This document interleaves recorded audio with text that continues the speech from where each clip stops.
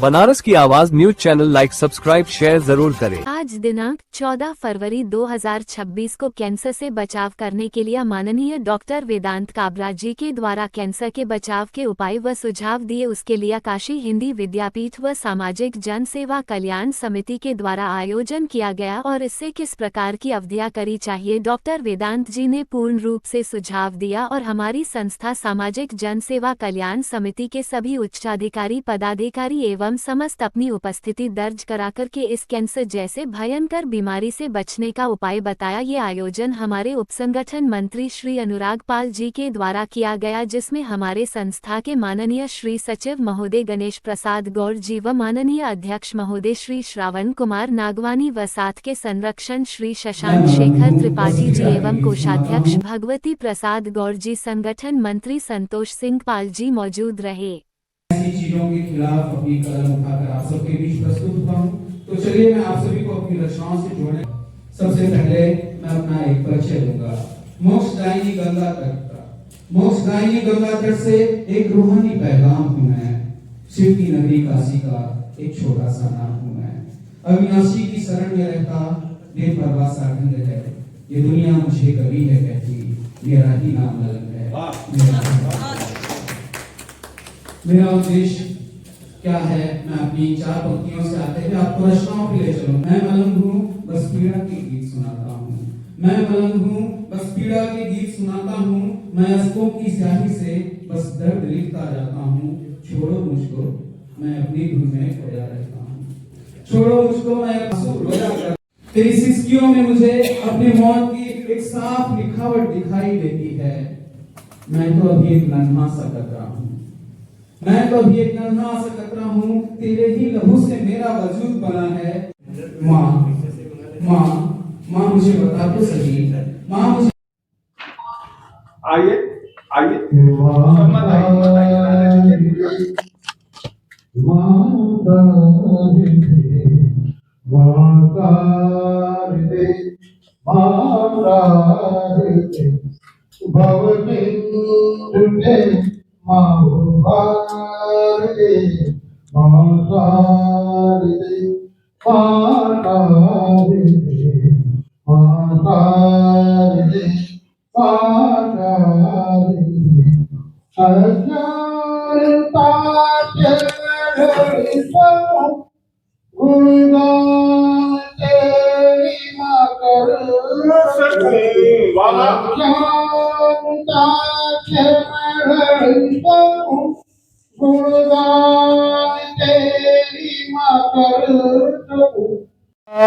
शारदे माँ शारदे माँ शारदे माँ शारदे माँ शारदे अभिमान को तो दूर हो, कोई न माँ मजबूर हो।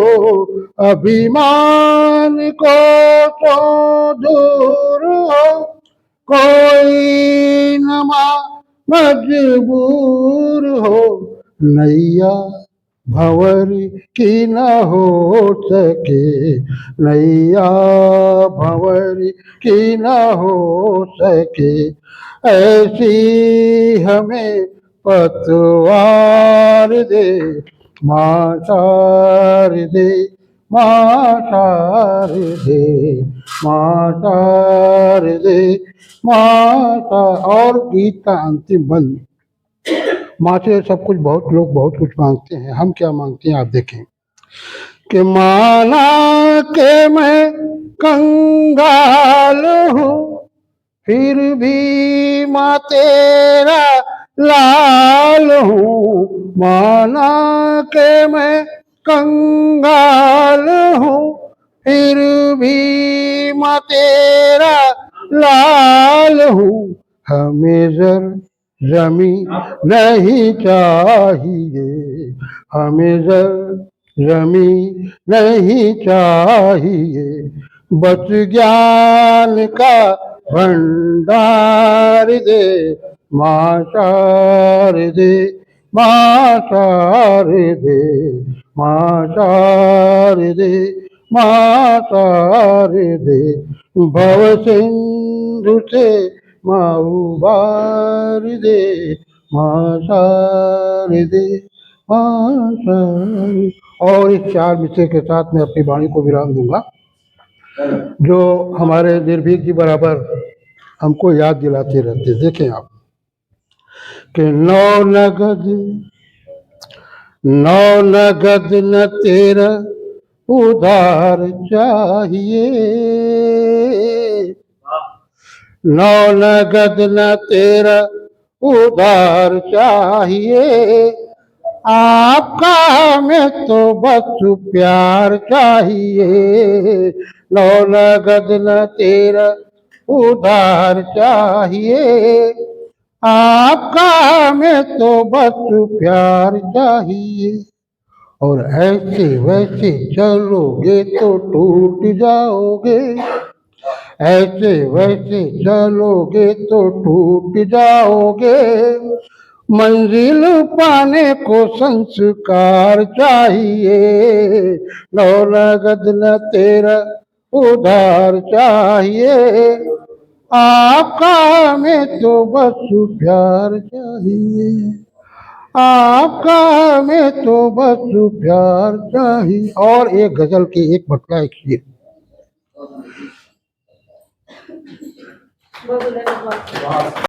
अभी आप बोल रहे थे कि हम लोग इसीलिए अच्छे रहते हैं, और बात सही है। कुछ ना कुछ हॉबी होनी चाहिए हमारी, कुछ ना कुछ हमारे काम के अलावा हमें कुछ ऐसा करना चाहिए जो करने में हमें आनंद मिले। वैसे तो जो आप काम कर रहे हैं उसमें भी आनंद मिले तो अच्छी, सबसे अच्छी बात है, लेकिन ये कई बार नहीं होता। तो कम से कम ऐसा कुछ करें जिसको करके आपको भी आनंद मिले, आप कुछ नया भी सीखेंगे, नया करेंगे तो उससे दिमाग भी चलता रहेगा। और घर में सही तरीके से पकाया गया हो और फ्रेश हो। सिर्फ घर में पकाया गया नहीं कि पका के रख दिया और 10 दिन तक वही खाना चल रहा है, फ्रीजर में से निकल के माइक्रोवेव में गर्म हो रहा है और खा रहे हैं, वैसे नहीं। तो ये सही खाना है। कब खाया जाए? दिन में 2 से 3 बार। हर 2-4 घंटे भी नहीं खा रहे कि वहाँ गए उधर खा लिया, उधर गए कचौड़ी खाई, उधर गए छोटी कचौड़ी खाई, वहाँ गए जलेबी मल्लइयो खा लिया, ये नहीं हो सकता।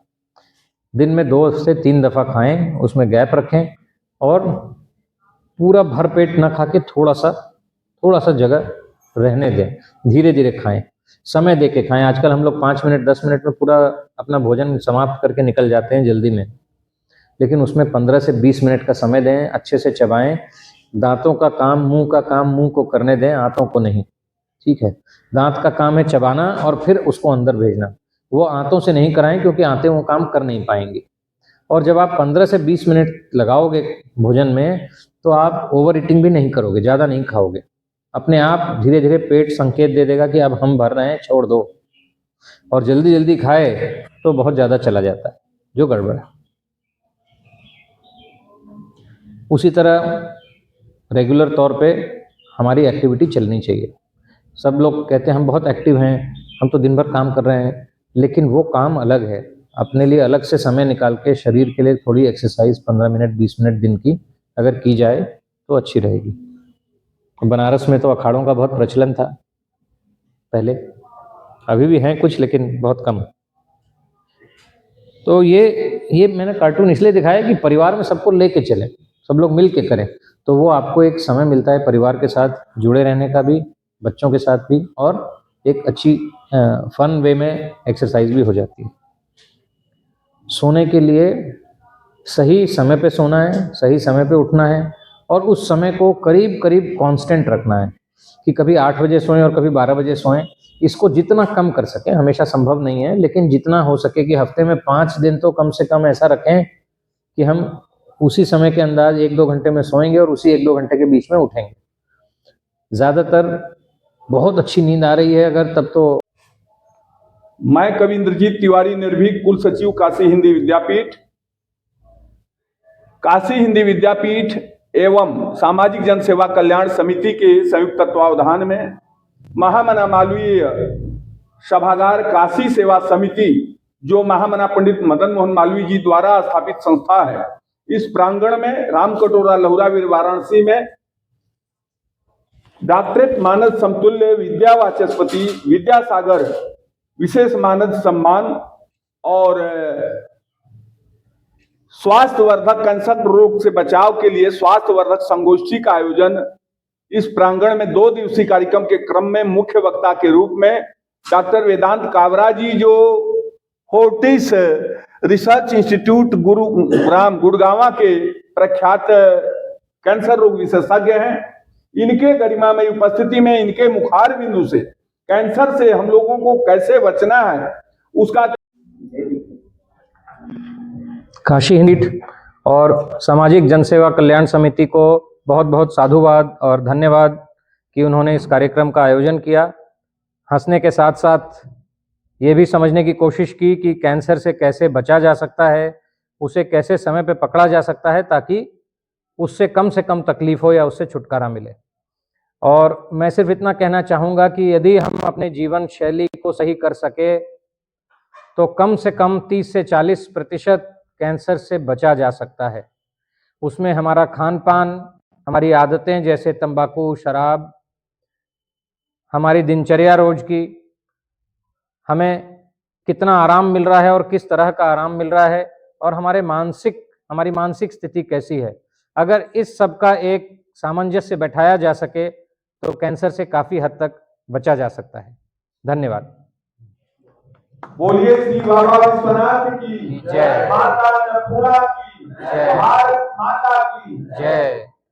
सावधान, हम भारतवासी ना कोई गलत विचार है।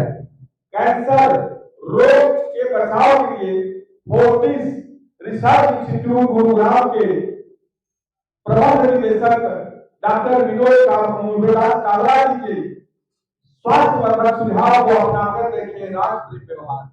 इस भावना के साथ मैं डॉक्टर साहब का बहुत बहुत आभारी हूं कि ऐसे ही लोगों के स्वास्थ्य के लिए अपना बहुमूल्य समय देते हैं। ये भी है। धन्यवाद और बहुत बहुत आभार आप लोगों का सबका कि ये है बेटा। हाँ, ये देखो, अच्छा रिकॉर्डिंग हो रहा है। सो मैं अगले आधा घंटे से 45 मिनट में कैंसर के बारे में बताना चाहूँगा और ये समझाना चाहूँगा कि इस बीमारी से डरने के बजाय उसको समझें, उससे बचने के जो उपाय हैं उसको लागू करें अपने जीवन में, और कैसे इसको सही समय पे पकड़ा जा सकता है ये समझें। ठीक है, ये मेरा प्रयास रहेगा। और उसके पहले थोड़ा समझाना चाहूँगा कि कैसे बदलाव आ रहा है बीमारियों में। सन 1900 में, ये 90 गलत लिखा हुआ है, सन 1900 में अगर ये अमेरिका का फिगर है और यही करीब करीब हर देश में सही है, 75% के करीब मौतें इन्फेक्शन से हो जाती थी और 25-30% थे जो लाइफस्टाइल, हमारी जीवन शैली के वजह से जो बीमारियां हुई उससे उनकी मौत होती थी। लेकिन 100 वर्ष आगे अगर बढ़ें तो ये पूरा उलट गया। वही 75% जीवन शैली की वजह से होने लगी और इन्फेक्शन की मौत दर बहुत कम हो गई। कई कारण हैं उसके। इन्फेक्शंस का अच्छा ट्रीटमेंट आ गया एक तरफ, और दूसरी तरफ हमारी जीवन शैली खराब होती गई, जिसकी वजह से तरह तरह की बीमारियां, cancer, blood pressure, heart, brain का स्ट्रोक, ये सब आने लगा। तो अगर हम कैंसर के बारे में देखें तो करीब 15 से 16 लाख कैंसर के मरीज हमारे देश में हर साल नए मरीज हो रहे हैं। और उससे भी ज़्यादा खराब बात यह है कि ज़्यादातर, ये मैंने सिर्फ ब्रेस्ट कैंसर, स्तन कैंसर का एक उदाहरण दिया है यहाँ पर, लेकिन ज़्यादातर कैंसर्स में हमारे यहाँ हालत यही है कि मरीज़ बहुत देर से आते हैं तो इलाज अच्छा नहीं हो पाता। कई बार वो इलाज करा नहीं पाते और सही जगह इलाज कराने नहीं पहुँच पाते। तो हमारे यहाँ अगर स्तन कैंसर में 50% मरीज़ उसकी वजह से मौत का शिकार हो जाते हैं और अमेरिका में 80% लोग ठीक हो जाते हैं। तो ये आप बहुत बड़ा ये गैप है जिसको फिल करना है। और 60% कैंसर, करीब करीब 60 से 65% हमारी जीवन शैली की वजह से हो रहे हैं, जिसमें से 30 से 40% सिर्फ एक चीज़ की वजह से हैं, वो है तंबाकू। चाहे तंबाकू चबा रहे हों, चाहे आप सिगरेट पी रहे हों, बीड़ी पी रहे हों, हुक्का पी रहे हों, जैसे भी।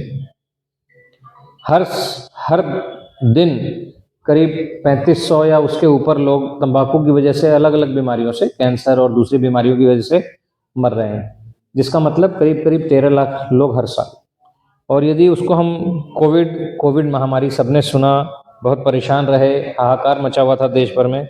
अगर हम कोविड से उसको कंपेयर करें तो भारत सरकार के आंकड़े के अनुसार आज तक 2020 से आज तक कोविड से करीब 5-5.5 लाख लोगों की मौत हुई। हम उसको थोड़ा बढ़ा भी दें क्योंकि सरकारी आंकड़े थोड़े कम ही रहते हैं, तो सरकारी आंकड़ा ये 13 लाख भी सरकारी आंकड़ा ही है, तो बढ़ाना तो नहीं चाहिए। तो वो तो एक साल में दुगने से ज़्यादा मौत हो रही है जो कोविड में पिछले 6 साल में हुई है। तो हमें ये समझना होगा कि कोविड जिसके लिए हम लोगों ने इतना कुछ किया, इतनी भागदौड़ मची, का वैक्सीन का डेवलपमेंट हुआ, लगाई गई, उससे कहीं ज़्यादा तंबाकू की वजह से मौतें हो रही हैं। लेकिन तंबाकू के कंट्रोल पर हम क्या कर रहे हैं, उसके बारे में विचार करना और सोचना चाहिए, और आप सभी को इसके प्रति अपना योगदान जहाँ तक हो सके देना चाहिए।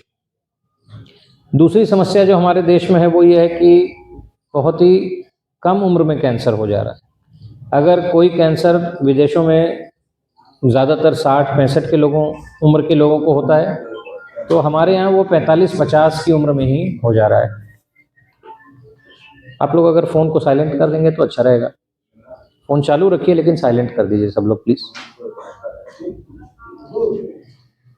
तो उसकी वजह से बहुत यंग लोगों में हो रहा है, और चूंकि वो देर से आते हैं तो ज़्यादातर ठीक नहीं हो पाते, और ज़्यादातर कैंसर की वजह से जो मौतें हैं वो जिस उम्र में होती हैं वो 30 से 70 साल, जब लोग अपने करियर में एक्टिव हैं, काम कर रहे हैं, कमा रहे हैं, परिवार के लिए समाज में योगदान दे सकते हैं, उस समय वो कैंसर से जूझ रहे होते हैं। और अगर हम दूसरे तरह से देखें तो सुनामी के बारे में आप सब जानते होंगे, हालांकि बहुत साल पहले आई थी, हो सकता है इनमें से कुछ लोग बहुत छोटे रहे होंगे, 1-2 लोग, बाकी लोग तो जानते हैं। 10 सुनामी यदि हर साल आने लगे तो क्या हालत हो जाए, वही हालत तंबाकू कर रही है। या 10 एयरक्राफ्ट एक्सीडेंट हर दिन होने लगे, जैसे अहमदाबाद में हुआ एयर इंडिया का, तो इतना हम लोग रोज इतने लोगों को खो रहे हैं तंबाकू की वजह से।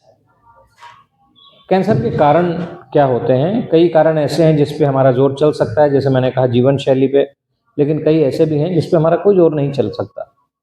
तो कुछ इन्फेक्शंस हैं जिनसे बचना चाहिए क्योंकि वो कैंसर बना सकते हैं। कुछ अनुवांशिक है जो हमारे परिवार में वो जीन्स खराब हैं, हमारे माता पिता से या और दादा परदादा से मिल रही हैं, नाना नानी से मिल रही हैं। और कुछ एक कारण जो हमारे आसपास का वातावरण है या हमारी जो जीवन शैली है उससे। ज़्यादातर इन तीनों का कुछ न कुछ आपस में समावेश होता है। एक चीज़ का बहुत ज़्यादा रोल होता है लेकिन बाकी भी उसमें मदद कर रहे होते हैं। तो ऐसा नहीं कि किसी की जीन्स एकदम बढ़िया है तो उसको कैंसर नहीं हो सकता, होगा, क्योंकि उनकी आदतें खराब हैं। जिनकी आदतें एकदम अच्छी हैं उनको और कुछ तकलीफ हो सकती है। कई लोग कहते हैं कि हमने तो तंबाकू नहीं ली, शराब नहीं ली, हम खाना भी अच्छा खाते थे, फिर भी कैंसर हो गया। लेकिन अभी 70 साल में हुआ, 60 साल में हुआ, अगर गड़बड़ कर रहे होते तो और 20 साल पहले हो जाता। उसके अलावा हमारे खान पान में तकलीफ, क्योंकि अब क्या हो गया है, पहले जैसा खान पान तो रहा नहीं। लोग भी अपने काम के वजह से दूसरे शहरों में जाने लगे, गांव वाले शहर में और छोटे शहर वाले बड़े शहर में, जहाँ पे परिवार भी पूरा नहीं है, व्यवस्था भी घर में पूरी नहीं है, तो बाहर का खाना खा रहे हैं, कुछ भी ऑर्डर करके खा रहे हैं और गलत चीज़ें खा रहे हैं। क्योंकि हमें जो पाश्चात्य संस्कृति से कई चीज़ें अच्छी भी मिली जो हम सीख सकते थे और वो हमारे देश की प्रगति के लिए भी अच्छा होता, उसके साथ साथ हमने वहाँ की खराब चीज़ें ले ली जिनको उन्होंने इस्तेमाल कर लिया, टेस्ट कर लिया, पाया कि खराब है और अब वो छोड़ रहे हैं और हम उसको अपना रहे हैं। तो उससे बचने की बहुत आवश्यकता है। और ये सब तरह तरह के कैंसर्स हैं, अलग अलग, फेफड़े में, लिवर में, बच्चेदानी में, मुंह का तो सबको मालूम ही है, गले का कैंसर, ये सब तरह तरह के कैंसर हैं जो तंबाकू की वजह से हो सकते हैं। और इसमें अगर आप देखें तो उस तरफ बाएं तरफ स्क्रीन के कैंसर की लिस्ट है और दाएं तरफ अन्य बीमारियों की लिस्ट है जो उससे भी ज़्यादा बड़ी है। और इनमें से कई बीमारियां ऐसी हैं जो घातक हो सकती हैं, कुछ हैं जो शायद आपको मौत के मुंह में नहीं ले जाएं लेकिन फिर भी आपकी लाइफ तो धीरे धीरे कम करेंगी। और तकलीफ देंगी, तकलीफ दे लाइफ रहेगी, आप सक्षम नहीं होंगे अपने आप का खुद का ख्याल रखने में, बिस्तर पे पड़ जाएं तो फिर ऐसी जिंदगी का क्या फायदा होगा। लोग समझते हैं कि पान, तंबाकू, बीड़ी, सिगरेट से ही तकलीफ होती है, लेकिन पान पराग भी, सिर्फ पान पराग, सिर्फ सुपारी भी अगर बराबर रूप से ली जाए तो वो भी अंदर में धीरे धीरे इरिटेशन करके कैंसर बनाती है, और वो भी उतना ही खतरनाक है जितना कि तंबाकू हो सकती है। इसी तरह शराब से भी शरीर में कई तरह के कैंसर्स होते हैं। इसमें भी आप देख सकते हैं कि ऊपर से नीचे तक हर जगह है।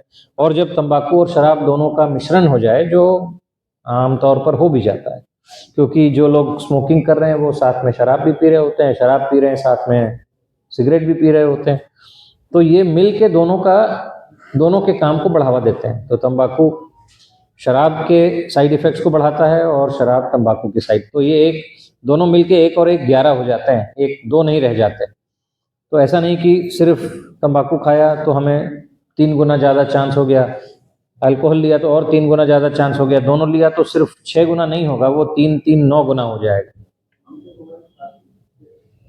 इसी तरह कुछ इन्फेक्शंस मैंने शुरू में भी बताया था, जैसे ह्यूमन पैपिलोमा वायरस है, ये एक बहुत ही कॉमन इन्फेक्शन है, महिलाओं में ज़्यादा मिलता है लेकिन पुरुषों में भी होता है। और महिलाओं में बच्चेदानी के मुंह का जो कैंसर है, सर्वाइकल कैंसर, जो आज भी गाँवों में ज़्यादा कॉमन है। शहरों में ब्रेस्ट कैंसर नंबर 1 पे है, पूरे देश में भी अब स्तन कैंसर ही नंबर 1 पर है, लेकिन आज भी गाँव में सर्वाइकल कैंसर ज़्यादा है। या शहर में जो लोग साफ़ सफाई ठीक से नहीं रखते हैं, जो सोशल स्टेटा में नीचे की तरफ निचले तबके के लोग हैं, उनमें सर्वाइकल कैंसर आज भी बहुत कॉमन है। और इस वायरस की वजह से 90% सर्वाइकल कैंसर्स होते हैं। तो यदि ये वायरस ख़त्म हो जाए या हम कोई बचाव कर सकें तो 90% 80 से 90% सर्वाइकल कैंसर से बचाव हो सकता है। उसी प्रकार हेपेटाइटिस बी और सी वायरस की वजह से लिवर कैंसर होता है। लिवर कैंसर अल्कोहल से भी होता है, क्योंकि अल्कोहल सिरोसिस करता है। और सिरोसिस क्या है? सिरोसिस बेसिकली लिवर में डैमेज हो रहा है, लिवर खराब हो रहा है, लिवर के जो सेल्स हैं, कोशिकाएं हैं, वो खराब हो रही हैं, फिर वो नई बन रही हैं, फिर खराब हो रही हैं, नई बन रही हैं। और मैंने कल भी बताया था, आप में से कई लोग कल थे शाम को, कि कैंसर कैसे बनता है। जब अपने शरीर की कोशिकाएं रिपेयर हो रही होती हैं, उस समय कहीं ना कहीं गड़बड़ हो जाती है और एक कैंसर की कोशिका जन्म ले लेती है। और कैंसर मतलब, या कैंसर की कोशिका मतलब, उसका नियंत्रण शरीर उस पर नियंत्रण नहीं रख पाता, तो वो अपने हिसाब से ही बढ़ने लगती है और फिर कैंसर फैलने लगता है। तो जहाँ डैमेज होगा वहाँ रिपेयर भी होगा। जब लिवर बार बार डैमेज हो रहा है, बार बार रिपेयर हो रहा है, तो उसमें कैंसर बनने की चांस रहती है। उसी प्रकार जब हमारे शरीर में HIV का वायरस आ जाता है तो हमारे इम्यून सिस्टम को, हमारे शरीर की जो लड़ने की क्षमता है उसको कम कर देता है। तो चाहे वो इन्फेक्शन से लड़ने की क्षमता हो, चाहे कैंसर से लड़ने की क्षमता हो, दोनों कम हो जाती हैं। और वो भी HIV के मरीजों में भी कैंसर बहुत ज़्यादा पाया जाता है। फिर नंबर आता है हमारे चारों तरफ हो रहे पोल्यूशन का, कुछ जिसके लिए हम भी जिम्मेवार हैं, कुछ जिसके लिए बहुत बड़े इंडस्ट्रियलिस्ट जिम्मेदार हैं, और कहीं जहाँ पे हमारे वो लोग जिनको नियमों का सही पालन करना और करवाना चाहिए वो जिम्मेदार हैं। तो ऊपर में जो चित्र है वो हमारी जिम्मेदारी है, समाज की जिम्मेदारी है, और नीचे, और समाज में सबकी जिम्मेदारी है। और नीचे है जो, उसमें सरकार की जिम्मेदारी है कि वो सही नियम बनाएं और उसका पालन कराएं। और जो बड़े बड़े इंडस्ट्रियलिस्ट हैं उनकी भी जिम्मेदारी है कि वो ध्यान रखें कि जब पॉल्यूशन हो रहा है किसी वजह से, चाहे वो पानी में फेंक रहे हों, चाहे हवा में डाल रहे हों, चाहे ज़मीन में फेंक रहे हों, उसको सही तरीके से ट्रीट करके, नॉन टॉक्सिक बना के, उसमें ऐसे कोई भी पदार्थ न रहें जो कैंसर या दूसरी बीमारियों का कारण बन सकते हैं, उसको वातावरण में ना छोड़ें। और इस सबकी व्यवस्था है, नियम भी हैं, लेकिन उसका पालन नहीं हो रहा। और लास्ट में अनुवांशिक, यानी पारिवारिक तौर पे एक जनरेशन से दूसरे जनरेशन को मिल रहा है। ऐसे कैंसर्स 5-10% से ज़्यादा नहीं होते। तो हमें ऐसा नहीं सोचना है कि परिवार में किसी को कैंसर हो गया तो अब अगली पीढ़ी में भी कैंसर हो जाएगा, उसके अगली पीढ़ी में भी हो जाएगा, भाई बहन को भी हो जाएगा। ऐसा नहीं होता।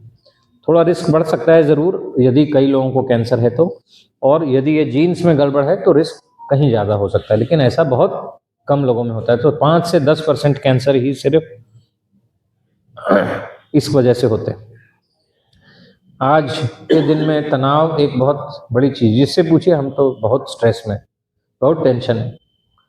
कोई मिलता ही नहीं ऐसा जो कहता है हम मस्त हैं, हम खुश हैं। कवि लोग रहते होंगे, हमें लगता है कविता के माध्यम से, तो हम भी सुन के थोड़ा मस्त हो जाते हैं। बिल्कुल, तो ये सही कह रहे हैं आप। म्यूजिक, और मैंने कल कहा था, जो मैं आज भी बताऊंगा हॉबी के बारे में। तो आपका तो ये प्रोफेशन ही है शायद कुछ लोगों का, और कुछ लोग अपने प्रोफेशन के साथ साथ, जैसे कल वकील साहब कविता कर रहे थे तो वकालत भी की उन्होंने और कविता भी कर रहे हैं, तो ये भी बहुत ज़रूरी है। तो तनाव भी कई बीमारियों का कारण बनता है या उनको बनने में मदद करता है। तो आप दूसरी चीज़ें भी कर रहे हैं गड़बड़ और तनाव भी आ जाए तो वो फिर ज़्यादा गड़बड़ हो जाती है, तो उससे हमें बचने की आवश्यकता है। तो ये सब उस तरह के रिस्क फैक्टर हैं जिनसे हमें बचना चाहिए। और दो चीज़ें जो लास्ट में मैंने लिखी उसके बारे में बात नहीं की थी, कि आजकल महिलाओं को भी आगे बढ़ना है और बढ़ना चाहिए, काम भी करना चाहती हैं, लेकिन साथ साथ जो प्रकृति के नियम हैं उनका पालन करते हुए काम कैसे कर सकें, वो दोनों में सामंजस्य कैसे बैठाया जा सके, इसको भी देखना बहुत ज़रूरी है। क्योंकि और लड़कियां ही नहीं, लड़के भी आजकल पति पत्नी कहते हैं हम दोनों ठीक हैं, बच्चा नहीं चाहिए हमको, दोनों काम करेंगे, बच्चे की कोई ज़रूरत नहीं, कुत्ता पाल लेंगे, बिल्ली पाल लेंगे। ये हो रहा है, ये सच्चाई है दुनिया की। तो अगर समय से प्रेगनेंसी नहीं होती, बहुत उम्र हो जाती है, तो उससे महिला को भी नुकसान है और बच्चे को भी नुकसान है। क्योंकि एक सही समय है जब प्रेगनेंसी होनी चाहिए, जब माँ बच्चे को सही तरीके से पालन पोषण अपने अंदर और बाहर आने के बाद दे सकती है। वो उम्र निकल जाने के बाद वो बच्चा भी उतना मजबूत नहीं होता, न शारीरिक तौर पे, ना ही उसके जीन्स उतने अच्छे होते हैं, और माँ को भी खतरा रहता है कई चीज़ों का। प्रेगनेंसी के रिलेटेड कॉम्प्लिकेशंस हो सकते हैं और ब्रेस्ट कैंसर का भी चांस थोड़ा सा बढ़ जाता है यदि प्रेगनेंसी समय पर नहीं हुई तो। उसके बाद फिर कुछ कहते हैं कि हम जो है दूध नहीं पिलाएंगे बच्चे को। ये समझना ज़रूरी है कि बच्चे के लिए माँ का दूध सबसे ज़्यादा ज़रूरी है, और अब काफ़ी हद तक सरकार ने भी इसको बहुत ज़्यादा फैलाया है, लोगों ने समझा है। पहले 4-5 महीने तो सिर्फ माँ के दूध से काम चल सकता है यदि दूध अच्छे से हो रहा है तो, और 1 साल या उसके ऊपर तक बच्चे को स्तनपान कराना आवश्यक है। चाहे आप पूरा दिन और रात दोनों समय न करा पाएँ, क्योंकि 1 साल तक काम से छुट्टी लेना भी संभव नहीं है, तो उसको बैलेंस करके कहीं ना कहीं करें। आप निकाल के रख सकती हैं और दे सकती हैं, सुबह दूध पिला के जाएं, शाम को रात को आके पिलाएं, इस तरह से उसको बैलेंस करके चलना चाहिए। और कई ऐसे कारण हैं जिन पर हमारा जोर नहीं चलता, क्योंकि हमारी उम्र बढ़नी है। अगर आप महिला हैं तो महिला वाले कैंसर आपके में ज़्यादा होंगे, पुरुष हैं तो वो ज़्यादा होंगे। आप किसी खास परिवार में हैं जिसमें बहुत सारे कैंसर्स हैं तो उसके ऊपर हमारा जोर नहीं चल सकता। लेकिन आप ये देखिए कि ज़्यादातर ऐसे हैं जिस पे जोर चल सकता है और उसको ठीक किया जा सकता है। तो 2 महिलाओं में और पुरुषों में अगर देखें तो ये ज़्यादा आमतौर पर पाए जाने वाले कैंसर्स हैं, जिसमें मुंह का कैंसर, हम जहाँ पर हैं, जिस शहर में मैं भी बनारस में ही पला बड़ा हूँ, बहुत साल रहा हूँ यहाँ, तो यहाँ पे मुंह का कैंसर बहुत ज़्यादा है। हमारे देश को दुनिया के मुंह के कैंसर की राजधानी कहा जाता है, और ये अतिशयोक्ति नहीं होगी यदि मैं कहूँ कि उत्तर प्रदेश मुंह के कैंसर में भारत की राजधानी है। उसी प्रकार स्तन कैंसर और सर्वाइकल कैंसर जो है महिलाओं में सबसे ज़्यादा है। और ये 3 कैंसर ऐसे हैं जिनको आसानी से पकड़ा जा सकता है, क्योंकि उनके सिम्टम्स बहुत आसानी से, लक्षण बहुत आसानी से दिखते हैं। उनको स्क्रीनिंग भी किया जा सकता है, टेस्ट करके भी जल्दी पकड़ा जा सकता है। और इनमें से 2 सर्वाइकल और मुंह का 90% प्रिवेंटेबल है, मतलब उससे बचा जा सकता है यदि वो इन्फेक्शन से और तंबाकू से बचे रहें तो। ब्रेस्ट कैंसर में भी यदि लाइफस्टाइल सही रहे तो कम से कम हम समझते हैं 30-40% ब्रेस्ट कैंसर से भी बचा जा सकता है। तो लक्षण क्या हैं? कहीं पे शरीर में गांठ का होना जो नई आई हो, पेनलेस हो, ज़्यादातर पेनलेस होता है। कैंसर में लोग समझते हैं कि पेन नहीं है तो कैंसर नहीं है, ऐसा होता नहीं है। कैंसर में दर्द आखिरी स्टेजेस में, तीसरे चौथे स्टेज में ही आता है, उसके पहले नहीं आता, सिवाय हड्डियों के कैंसर के और खून के कैंसर में, क्योंकि वो हड्डियों में जगह कम होती है और वहाँ जब कैंसर बढ़ने लगता है तो वो स्ट्रेच करता है हड्डी को और दर्द करता है।